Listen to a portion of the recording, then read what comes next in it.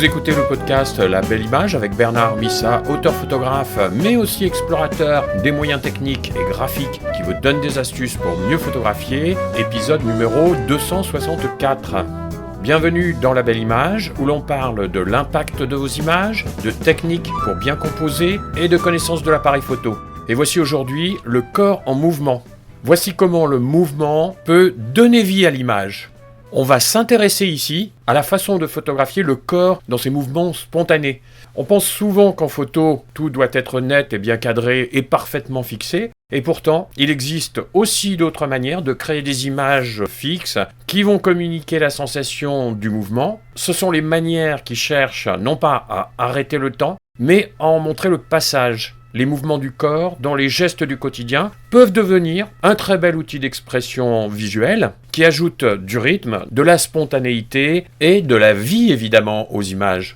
Lorsqu'on pense à une personne qui marche d'un pas rapide par exemple, ou un cycliste qui fonce dans une descente, ou un enfant qui court après un ballon, ou simplement une main qui se lève pour dire bonjour, ou encore qui referme un parapluie, tous ces gestes, parfois presque invisibles à l'œil nu parce qu'ils sont soit trop rapides, soit tellement quotidiens et ordinaires qu'on ne les remarque pas, vont devenir le cœur d'images expressives, vibrantes et sensibles. Deux façons d'enregistrer ces mouvements, les arrêter ou enregistrer une trace visuelle floue.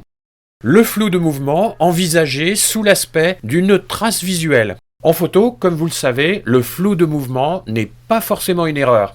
Il peut être un véritable choix lorsqu'on décide de ne pas figer entièrement l'action en choisissant d'enregistrer la trace dans l'image qui devient le signe visuel vivant, un peu mystérieux, qu'on pourrait comparer métaphoriquement à un souffle. C'est discret, léger, mais présent. En ralentissant la vitesse d'obturation, par exemple au 15e de seconde ou au 8e de seconde, ça va dépendre du sujet évidemment, on peut capter le passage d'un geste, la trace de ce mouvement. Une silhouette floue qui traverse le cadre, une main qui devient un trait dans l'espace, ce sont autant d'occasions de raconter la scène de façon un peu elliptique et stylisée. Pour parvenir à de bons résultats, il va falloir observer les gestes expressifs du quotidien. Dans la rue, les gestes sont partout, beaucoup sont répétitifs et identiques, mais beaucoup d'autres sont des gestes singuliers et inattendus. Ce sont des langages non-verbaux, souvent inconscients, mais très puissants visuellement. Une personne qui ajuste son écharpe, un passant qui se retourne, quelqu'un qui tend la main pour attraper un objet. Ces gestes sont narratifs, ils donnent de l'humanité aux images, et pour les capturer, il faut, comme le chasseur dans la forêt, d'abord observer, puis anticiper. Alors pour cela, on repère une situation possible, on se positionne à l'avance, on attend le bon moment. C'est comme un affût pour reprendre la métaphore de la chasse. En ce qui me concerne, j'utilise les terrasses de café, mais les bancs publics ou d'autres endroits où l'on attend peuvent être tout à fait propices. Souvent, le geste ne dure qu'une fraction de seconde. C'est là que l'attention, l'observation et évidemment la patience jouent un rôle essentiel. Mais sans chercher la perfection, c'est souvent dans cette imperfection au contraire, dans la surprise, que l'image va prendre parfois beaucoup de force. Pour se guider, on peut considérer le corps dans son espace, dans son environnement. C'est un aspect important, la relation entre le corps et l'espace autour du corps. Une personne seule au milieu d'une place vide, plusieurs personnes qui se croisent dans un passage étroit, un individu qui marche à contre-courant du flot de la foule, ces compositions disent plus que le simple mouvement. Elles parlent de solitude, de tension, de rythme collectif ou de liberté.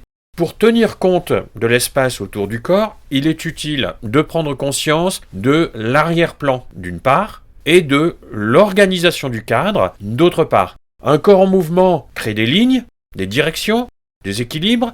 L'utilisation de ces éléments vont permettre de renforcer la composition d'une image dynamique, par exemple en utilisant les lignes des trottoirs, des passages piétons, des ombres portées qui deviennent des lignes fortes qui vont accompagner les gestes ou s'inscrire en contrepoint de ces gestes en formant une harmonie ou un contraste de forme ou de couleur. Il s'agit de créer une image graphique à l'aide du mouvement.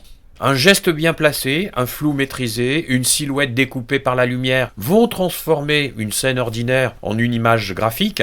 Le corps devient une forme dans l'espace, il trace une ligne, crée une diagonale, donne une direction au regard, et c'est dans ces instants que la photo dépasse le simple enregistrement et devient une représentation. Voyez la photo de Aiko Ozoe, par exemple, sur la page de l'épisode. L'idée n'est pas de tout contrôler, mais d'être présent, d'être attentif et curieux de ce qu'il peut se passer dans l'environnement. Osez expérimenter en bougeant autour du sujet, en variant les vitesses, en testant des angles différents et des rythmes d'ombre et de lumière. Utiliser le mouvement pour en faire une image, c'est créer une représentation de la vie, évidemment. Le mouvement, arrêté ou flou, est un outil de composition évidemment très puissant qui va exprimer des émotions et raconter de courtes histoires en une seule image que l'on pourrait apparenter au haïku japonais en littérature poétique, par exemple. Le mouvement saisi au vol, c'est un fragment de réalité en pleine transformation qui caractérise l'image fixe et par conséquent la photo. La Belle Image est publiée chaque lundi et vous propose des techniques, des astuces, des idées et des moyens de composition dans le but de développer votre expression photo et de donner plus d'impact à vos images. N'hésitez pas à me laisser un commentaire ou une question pour me faire part de ce qui vous intéresse le plus à développer dans votre pratique de la photo. Si vous ne l'avez pas déjà fait, vous pouvez télécharger le manuel de composition en cliquant sur le bouton placé sur la page de l'épisode. Je vous souhaite une bonne semaine de prise de vue et je vous dis à lundi prochain.